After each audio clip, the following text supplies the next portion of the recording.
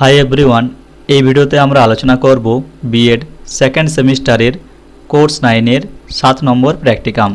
তাই যাদের 7 নম্বর প্র্যাকটিকামটি রয়েছে তারা অবশ্যই ভিডিওটি স্কিপ না করে শেষ পর্যন্ত দেখার চেষ্টা করো, তাহলে তোমরা 7 নম্বর প্র্যাকটিকামটি কিভাবে লিখতে হয় বুঝতে পারবে।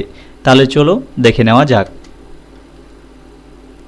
তাহলে দেখো 7 নম্বর প্র্যাকটিকামটির নাম হচ্ছে framing different types of question. তো দেখো প্রথমে রয়েছে সূচিপত্র, কি কি বিষয় দেওয়া রয়েছে। প্রথমে রয়েছে দেখো ভূমিকা, তারপরে রয়েছে প্রশ্ন কি, তারপরে রয়েছে ভালো প্রশ্নের বৈশিষ্ট্য, তারপর রয়েছে প্রশ্নের ব্যবহার, তারপর রয়েছে প্রশ্নের শ্রেণীবিভাগ এবং শেষে রয়েছে নমুনা প্রশ্নপত্র। তো দেখো এখানে যে সকল বিষয়গুলি দেওয়া রয়েছে সেই বিষয়গুলি সম্পর্কে একটু জেনে নেওয়া যাক। তো দেখো প্রথমে রয়েছে ভূমিকা। আমরা জানি প্রত্যেকটি প্র্যাকটিকামের প্রথমে একটি ভূমিকা লিখতে হয়। এই প্র্যাকটিকামটির ভূমিকা লেখার জন্য তোমরা এখান থেকে দেখে লিখে নিতে পারো। ভূমিকা এই পর্যন্ত দেওয়া রয়েছে, তোমরা একটু দেখে নেবে। এরপর দেখো রয়েছে প্রশ্ন কি। প্রশ্ন কি এটা দেখো এই পর্যন্ত দেওয়া রয়েছে, তোমরা একটু দেখে নেবে। এরপর রয়েছে দেখো ভালো প্রশ্নের বৈশিষ্ট্য। তো দেখো তার আগে এখানে দেওয়া রয়েছে প্রশ্নের ত্রুটি। ত্রুটির দেখো একটা পয়েন্ট এখানে দেওয়া রয়েছে, তোমরা একটু দেখে নাও। এবং দেখো ত্রুটির বাকি পয়েন্টগুলো এখানে দেওয়া রয়েছে, তোমরা একটু দেখে নেবে। এরপর রয়েছে দেখো ভালো প্রশ্নের বৈশিষ্ট্য। দেখো এখানে লেখা রয়েছে একটি আদর্শ প্রশ্নের বৈশিষ্ট্য। তো দেখো প্রথমে হচ্ছে স্পষ্টতা, তারপর হচ্ছে প্রতিদ্বন্দ্বিতা, তারপর হচ্ছে দেখো বিশেষ ধর্মিতা, 4 নম্বরে রয়েছে স্থিরতা। এই পয়েন্টগুলো তোমরা একটু দেখে নাও।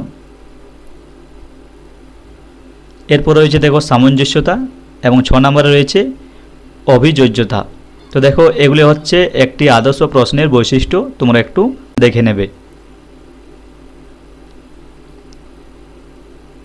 এরপর রয়েছে দেখো প্রশ্নের ব্যবহার। তো দেখো প্রশ্নের বিভিন্ন উপযোগিতাগুলির মধ্যে কয়েকটি উল্লেখযোগ্য হচ্ছে, এক হচ্ছে দেখো মূল্যায়নগত উপযোগিতা, 2 হচ্ছে প্রেষণামূলক উপযোগিতা, 3 হচ্ছে চিন্তামূলক উপযোগিতা, 4 হচ্ছে বিন্যাসমূলক উপযোগিতা, 5 হচ্ছে উদ্দেশ্যমূলক উপযোগিতা। তো এখানে যে পয়েন্টগুলো দেওয়া রয়েছে তোমরা একটু দেখে নাও। এরপর দেখো 6 নম্বরে রয়েছে নির্ধারকমূলক উপযোগিতা, এটা একটু দেখে নাও। এরপর দেখো 7 নম্বরে রয়েছে পরিচালনমূলক উপযোগিতা এবং 8 নম্বরে রয়েছে বিকাশমূলক উপযোগিতা। দেখো এখানে প্রশ্নের শ্রেণীবিভাগ ছকের আকারে দেওয়া রয়েছে। প্রথমে হচ্ছে তথ্যের প্রকৃতি অনুযায়ী। তথ্যের প্রকৃতি অনুযায়ী প্রশ্ন হচ্ছে 3 প্রকার, মুখ্য, গৌণ এবং টারসিয়ারি। প্রশ্নের প্রতিক্রিয়া ভিত্তি অনুযায়ী হচ্ছে 2 প্রকার, এক হচ্ছে উন্মুক্ত আর এক হচ্ছে আবদ্ধ। প্রতিক্রিয়ার পরিমাপের ভিত্তি অনুযায়ী হচ্ছে 3 প্রকার, নামসূচক, কর্মসূচক, ব্যক্তিসূচক। এবং তথ্য প্রদান অনুযায়ী হচ্ছে নির্দেশক প্রশ্ন, অনির্দেশক প্রশ্ন। বিভিন্ন ধরনের প্রশ্ন সম্পর্কে নিচে আলোচনা করা হলো। দেখো প্রথমে রয়েছে তথ্যের প্রকৃতি অনুযায়ী প্রশ্নের শ্রেণীবিভাগ। তথ্যের প্রকৃতি অনুযায়ী 3 প্রকার, এক হচ্ছে মুখ্য প্রশ্ন, 2 হচ্ছে গৌণ প্রশ্ন, 3 হচ্ছে টারসিয়ারি প্রশ্ন। এগুলো তোমরা একটু দেখে নেবে। এরপর রয়েছে দেখো প্রশ্নের প্রতিক্রিয়ার ভিত্তি অনুযায়ী প্রশ্নের শ্রেণীবিভাগ। এটা 2 রকম, এক হচ্ছে উন্মুক্ত আর এক হচ্ছে আবদ্ধ। এই দুটো পয়েন্ট তোমরা একটু দেখে নেবে। এরপর রয়েছে দেখো প্রতিক্রিয়া পরিমাপের ভিত্তি অনুযায়ী। প্রতিক্রিয়া পরিমাপের ভিত্তি অনুযায়ী হচ্ছে 3 প্রকার, এক হচ্ছে নামসূচক, 2 হচ্ছে ক্রমসূচক, 3 হচ্ছে ব্যক্তিসূচক। এই 3টা পয়েন্ট তোমরা একটু দেখে নেবে।